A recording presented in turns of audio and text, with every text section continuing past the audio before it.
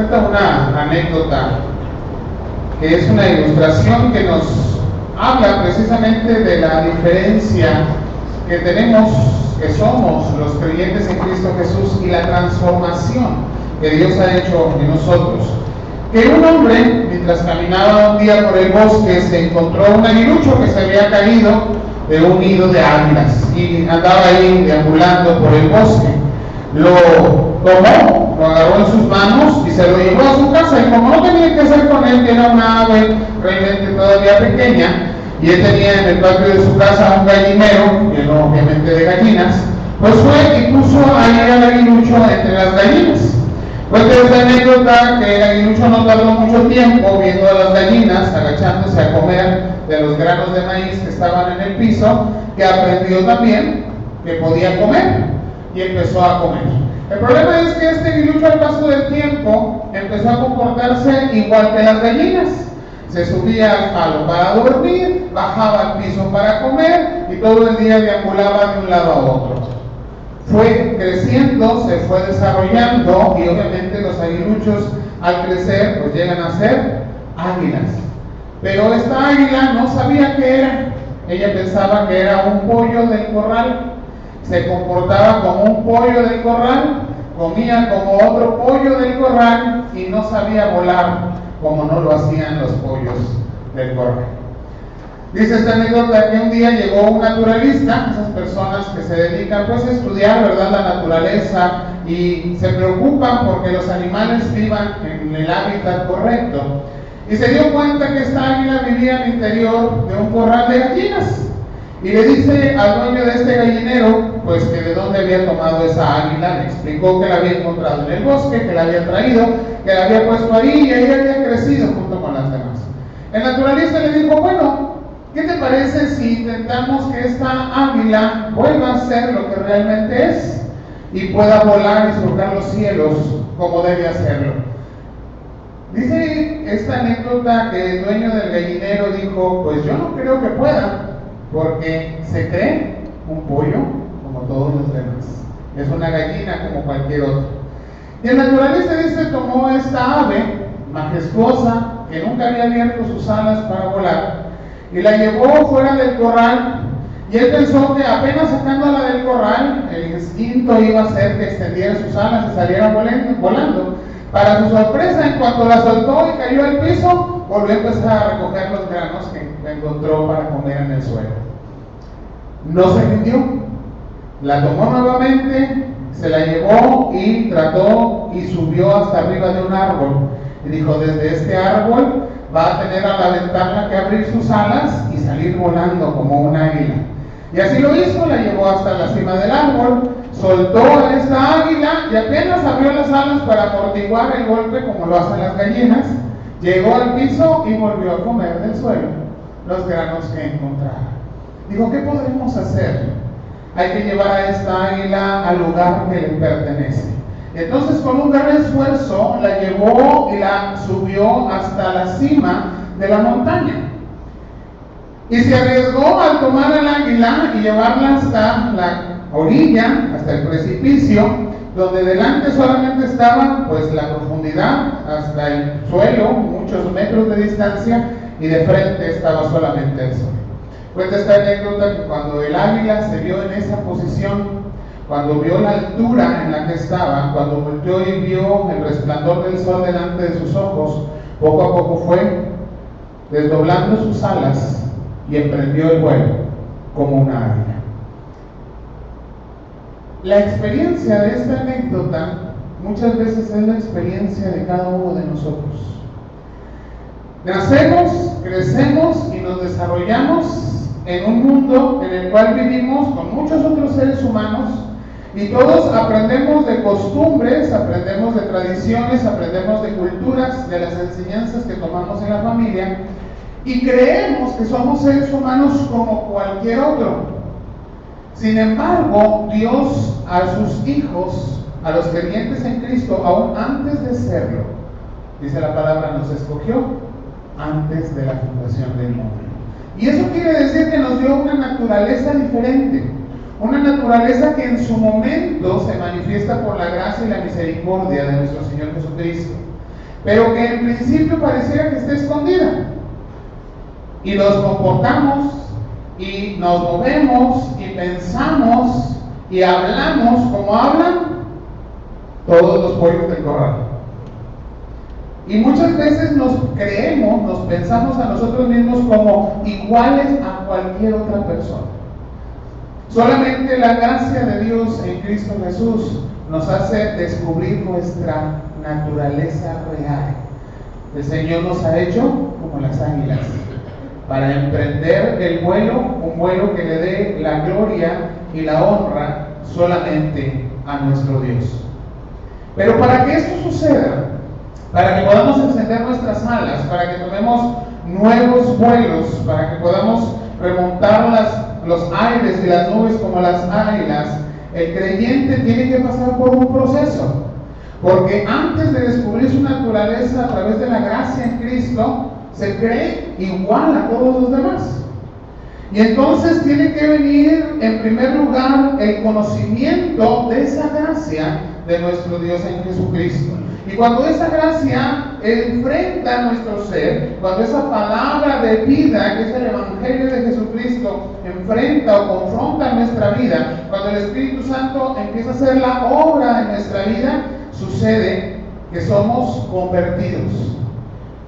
Y no que fuésemos pollos y ahora vamos a ser águilas, sino siempre fuimos águilas, pero no sabíamos que lo éramos, porque el Señor nos dio una naturaleza antes de la fundación del mundo, ya nos había elegido. Tuvimos que llegar a un proceso de conversión y para ese proceso se necesita arrepentimiento. Para ese proceso de venir del viejo hombre al nuevo hombre, del viejo yo al nuevo yo, se necesita la transformación que solo Cristo puede dar. Las preguntas que nos corresponden a este domingo en el Catecismo de Heidelberg, y vamos a responder 3 breves preguntas con el pasaje que leímos hace un momento, ahí en Efesios 4, y te pido que tengas la palabra abierta. La primera de ellas nos habla precisamente del arrepentimiento y la conversión, y nos pregunta de cuántas partes se compone el verdadero arrepentimiento y la conversión al Señor, es decir, a nuestro Dios.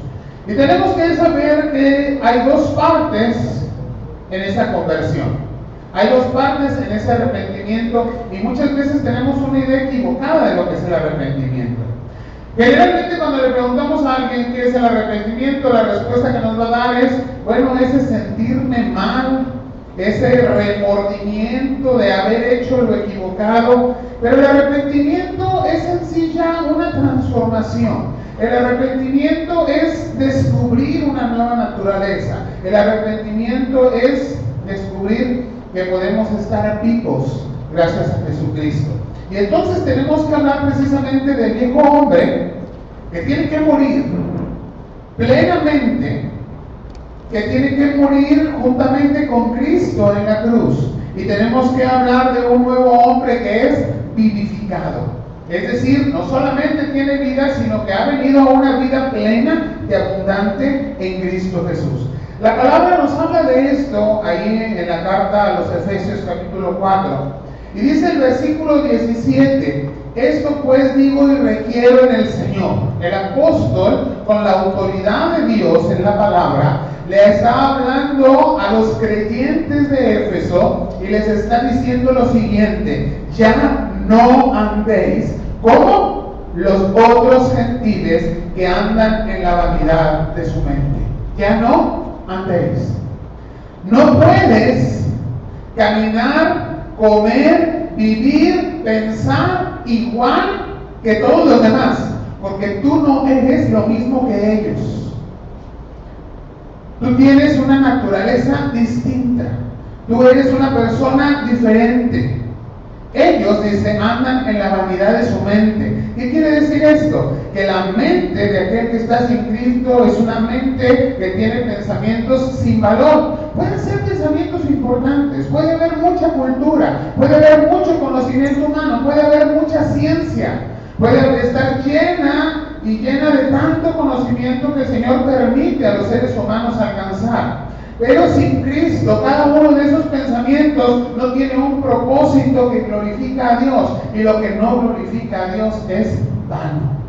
Solamente vale lo que glorifica a Dios. Y el pensamiento del creyente va en ese sentido. Y entonces la ciencia, el conocimiento y todo lo que Dios nos permite, orientado para glorificar a Dios, para que Él reciba honra, gloria y alabanza, y se llena de valor. Sigue diciendo el apóstol, ¿cómo es la mente de aquel que está sin Cristo? Dice, tiene entenebrecido el entendimiento. Está ajeno de la vida de Dios. ¿Por qué? Dice, por ignorancia. Qué tremendo es cuando pensamos en el viejo yo, pensar que así caminamos mucho tiempo, muchos de nosotros. Que así fue nuestra vida. Y tenemos que recordar la anécdota que siendo águilas vivimos como gallinas, como pollos en el gallinero.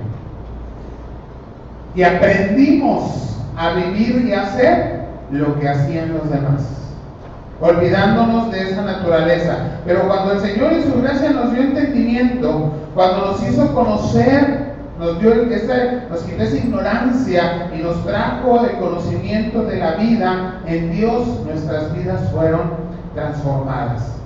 Sin Cristo, dice el versículo 19, no se tiene sensibilidad, se ha perdido completamente. Pero en Cristo volvemos a tener una vida, despertamos a una nueva naturaleza y podemos remontarnos. ¿Por qué? Dice el versículo 20, porque nosotros no somos lo que éramos antes, porque no lo hemos aprendido así de Cristo.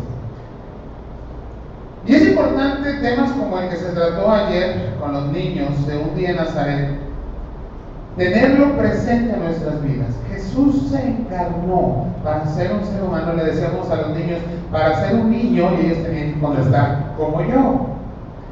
El Señor se encarnó para ser un ser humano como tú y como yo, para mostrarnos una naturaleza distinta, para mostrarnos la verdadera naturaleza de los hijos de Dios, la naturaleza con la que fuimos conformados en nuestra vida, pero que fue revelada hasta el momento en que conocimos al Señor. ¿Cómo pasó esto? Bueno, esto trae a la segunda pregunta. ¿En qué consiste entonces la muerte de ese viejo hombre? Porque el viejo hombre tiene que morir. Sí, cuando, no sé si a usted le ha pasado que a veces hay algunos insectos un poco duros, como los alacranes o como las tarántulas, que si uno va y las pisa, y nada más les da así un pisotoncito y se van. ¿Qué sucede en un rato? Se enderezan otra vez y se van. ¿Sí? ¿Le ha pasado que encuentre esa clase de insectos? Incluso a veces con esos animales rastreros como las cucarachas, que se hacen las muertas. Si usted no sabía esto, fíjese que a veces se hacen las muertas y se las encuentra usted acostadas con las patitas para arriba y dice, ya está muerta. Se da media vuelta y se va, y cuando regresan ya no la encuentran, ya se fue. A veces pareciera que jugamos con ese viejo hombre de esta manera. Le damos solamente un bibliazo en la cabeza y decimos, tienes que transformarte.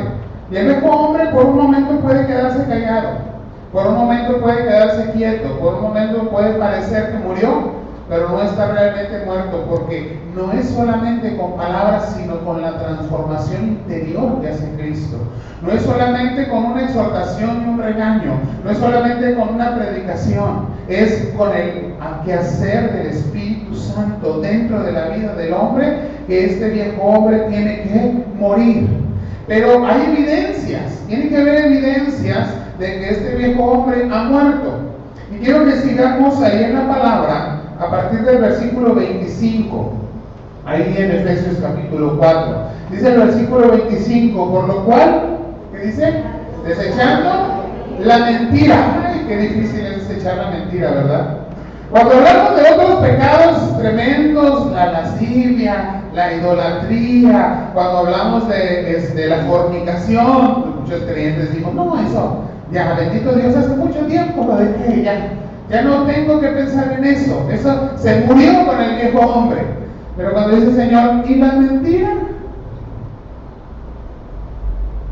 ¿Cuándo vamos a hacer morir la mentira en nosotros. Por lo cual, desechando la mentira, dice, hablad verdad, cada uno con su prójimo.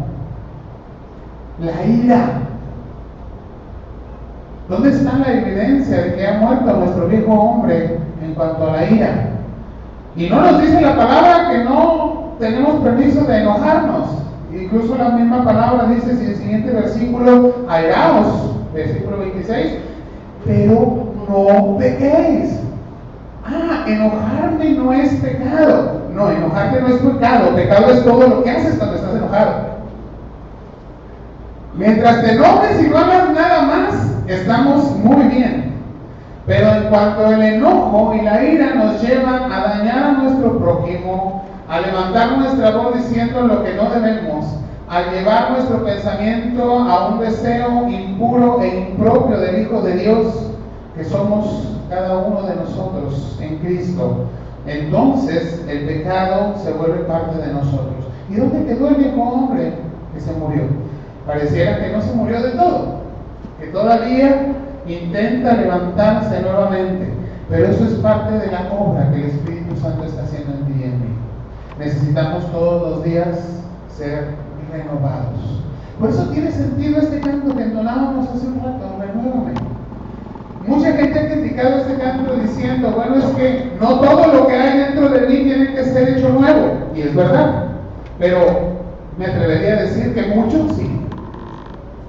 Que todavía hay muchísimas cosas en nuestra vida que tienen que ser renovadas por el poder de Cristo Jesús, por el quehacer del Espíritu Santo en cada uno de nosotros. ¿Para qué? Para que no le demos lugar al diablo. No le des lugar al diablo, ni le deis lugar al diablo, dice el versículo 27. Porque tiene que haber una transformación plena, una transformación completa, una transformación de naturaleza.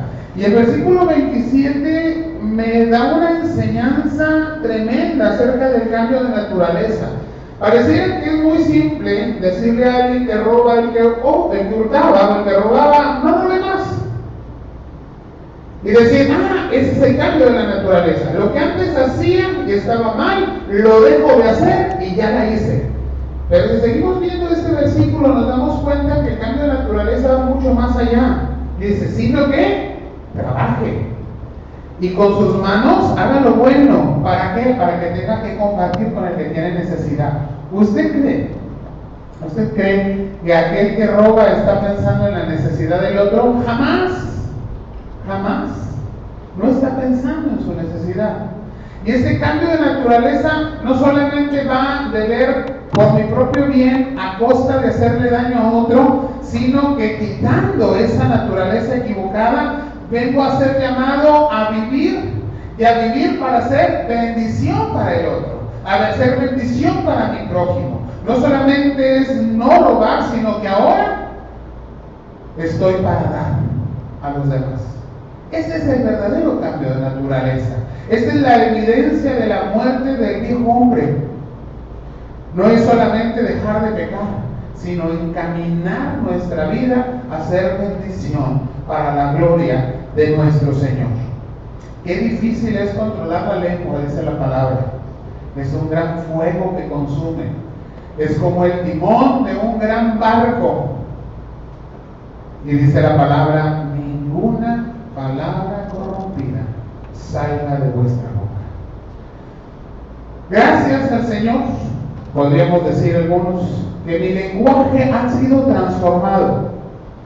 Ya no soy maledicente, ya no maldigo a nadie con mi boca. Yo preguntaría, ¿y sale de nuestra boca solo palabra la que es necesaria para edificación? Porque ese es el cambio de naturaleza. No es solamente dejar de decir lo que ofende o lo que está corrompido, sino que mi boca ahora salga de ella palabra que esté, dice la Escritura, sazonada con sal y sea buena para la edificación de los demás. Hay un dicho popular que dice, si no tienes nada bueno que decir de otro, mejor no digas nada. Pues ese dicho se queda corto en cuanto a la transformación de la naturaleza que Dios está viendo y está haciendo en cada uno de nosotros. El Señor diría, si no tienes nada bueno que decir de alguien, busca otra vez, porque hay algo bueno que puedes decir de esa persona. Siempre habrá algo bueno que puedes decir si de tu boca tiene que salir aquella palabra que sea buena. ¿Para qué? Para edificación. Y no contristéis al Espíritu Santo. El Espíritu Santo se contrista, se entristece, porque Él es el responsable directo, déjenme decirlo así, del control de calidad de la nueva vida del creyente. Él está haciendo la obra desde que la palabra llegó a nosotros y nos está llevando en un camino de transformación. Y entonces, cuando somos, disculpe la ilustración, como el burrito de la canción que da 2 pasos para adelante y luego da 1 para atrás, el Espíritu Santo se contrista. Porque lo que habíamos avanzado fácilmente lo retrocedemos y volvemos a prácticas que ofenden a nuestro Dios y que ya no son parte de nuestra nueva naturaleza. Este viejo hombre tiene que morir. Tiene que haber dolor en nuestro corazón, un profundo dolor por haber ofendido a Dios, aborreciendo y evitando el pecado que ofende a nuestro Dios. Por lo tanto, dice el versículo 31, quítese de vosotros toda amargura, enojo, ira, gritería y maledicencia y toda malicia. Esto es viejo hombre que tiene que ir muriendo día a día en el poder de nuestro Señor Jesucristo y por el quehacer del Espíritu Santo en la vida de cada uno de nosotros. Y entonces tenemos que pensar en nuestra nueva naturaleza. Tenemos una naturaleza vivificada. Somos nuevos hombres, nuevas mujeres, creyentes en Cristo Jesús, que tenemos nueva vida en Cristo. ¿Cómo es esa nueva vida en Cristo? Bueno, el versículo 21 en primer lugar nos va a decir lo que hemos oído, lo que hemos aprendido, porque de Cristo hemos sido enseñados. Y tenemos que vivir con ese ejemplo, tenemos que vivir conforme a ese propósito, tenemos que andar con respecto a la palabra que hemos escuchado de Cristo, lo que hemos aprendido de Él. Y esta va a ser la primera evidencia. Si empezamos a vivir conforme a lo que el Señor nos ha manifestado en palabra, pero también en hecho, lo que nos ha manifestado con su ejemplo de vida, sabiendo que Él se humanó, tomó un cuerpo como el de nosotros, podemos empezar a ver las evidencias del nuevo hombre que se va vivificando. Porque había una pasada manera de vivir, pero hoy tenemos una nueva vida en Cristo. Hay que despojarnos entonces de ese viejo hombre, porque ese viejo hombre, dice el versículo 22, está viciado. Aprendió a vivir con los pollos y vive como pollo. Está viciado. Pero no tiene esa naturaleza, tiene que aprender una naturaleza totalmente nueva. ¿Qué necesita? Versículo 23, una renovación. La renovación, dice, del espíritu de vuestra mente. La renovación en el espíritu de vuestra mente.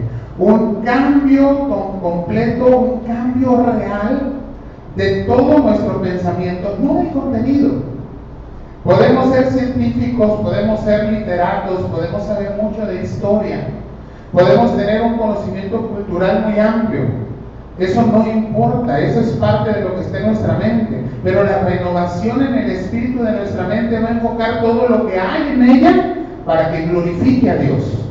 Cuando podemos enfocarnos en darle la gloria a Dios, está la evidencia de que hemos sido vivificados. No está en el conocimiento, está en el propósito para el cual ha sido puesto ahí en nuestra mente, ahora darle la gloria a nuestro Dios. Y entonces hay en nosotros un revestimiento. Somos revestidos, dice el versículo 24, de un nuevo hombre que ha sido creado por Dios, pero que no fue creado el día que Cristo te llamó con su palabra, que fue creado en la mente de nuestro Dios antes de la fundación del mundo, que fue dado en una naturaleza nueva, real, gloriosa, porque somos un pueblo santo, un pueblo escogido por Dios, real sacerdocio, linaje escogido por Dios.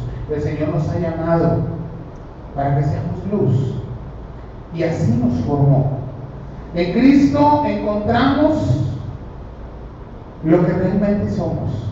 En Cristo somos vivificados y somos revestidos de ese nuevo hombre. ¿A qué nos lleva todo esto, hermanos? Y quiero terminar con el versículo 32. Dice: antes, sed benignos unos con otros. ¿Cómo tratamos con nuestro prójimo? Muestra nuestra nueva naturaleza en Cristo. Muestra nuestra transformación, nuestro nuevo hombre. Misericordiosos, perdonadores, porque de Dios hemos recibido el perdón. Hemos aprendido así de Cristo. Concluyo con esto. ¿Qué es lo que anhela un nuevo hombre? Si yo te preguntara a ti qué es lo que anhelas, quizás me podrías dar una lista muy larga de diferentes cosas que en tu mente pueden estar como un anhelo. Pero lo que anhela, o lo que debiese estar anhelando continuamente el nuevo hombre, el creyente, el hijo, la hija de Dios, es en primer lugar agradarle a Dios en todo. No es el beneficio para mi persona, sino siempre para la gloria de Dios. Anhela fervientemente la guía del Espíritu Santo. Sin la guía del Espíritu Santo no sabemos a dónde ir. Es como subirnos al coche y no saber qué dirección vamos, no conocer la ciudad y no tener un GPS. ¿Para dónde le doy? Para eso está el Espíritu Santo. Anhela fervientemente la guía del Espíritu Santo. Para tener esa guía, va a buscar primeramente las cosas de Dios, las cosas de arriba, no lo de la tierra, no el maíz tirado en el polvo, sino verdaderamente remontarnos con alas de águila por las alturas que Dios ha puesto delante de nosotros para que seamos bendición a otros.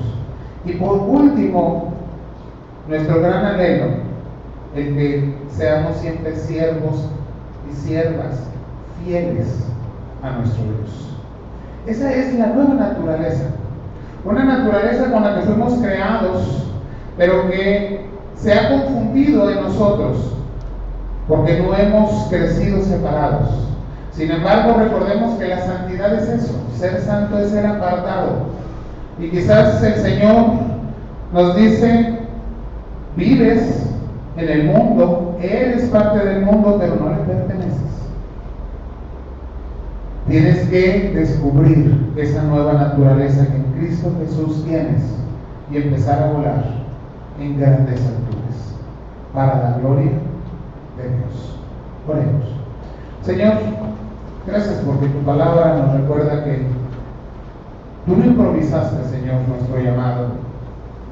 No somos, Señor, en Cristo Jesús en el momento que hemos sido llamados, sino que pensaste en nosotros desde antes de la fundación del mundo, que nos preparaste el lugar en esta tierra, que viste en nuestra vida, Señor, y que sin ver en ella ningún merecimiento la escogiste para que fuésemos tus hijos, que nos diste una naturaleza nueva, Señor, y nos vas transformando para que la descubramos cada día. Que la guía de tu Espíritu Santo, Señor, sea nuestro anhelo ferviente, el conocerte a ti, el saber más de ti, Señor, el vivir conforme a tu palabra, el obedecer y honrarte en todo lo que hagamos. Confirma tu palabra en nuestras vidas. En el nombre de Cristo Jesús te lo pedimos. Amén.